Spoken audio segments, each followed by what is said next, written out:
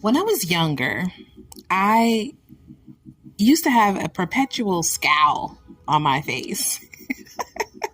And I don't know what I looked like at the time. I probably was maybe 10 or 11.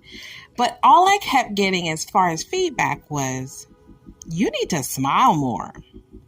That came from my friends. It came from my family. And as I got older, I realized that I do something called telegraphing. I basically show what emotion that I'm experiencing inside of my body on my face. And one thing that I will say as somebody who has learned to mask their emotions in order to survive, being a nice girl doesn't have the payoff that you think it does. Being a nice girl has to do with a level of insecurity you have with being rejected.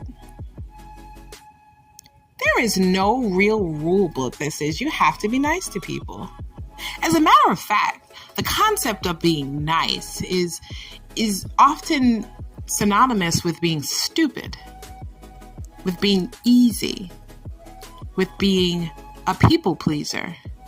And all of those behaviors usually end up in being taken advantage of. One of the things I teach as a therapist is about boundary setting. Setting up boundaries around how much access you give people to you. And because boundaries are usually invisible, the emotional ones are, you have to communicate those boundaries to people. And so, for example, if you say, I would like people to not take advantage of my time.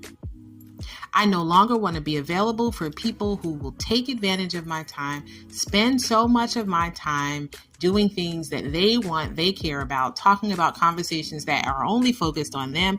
I want to create a boundary around the time I spend with people.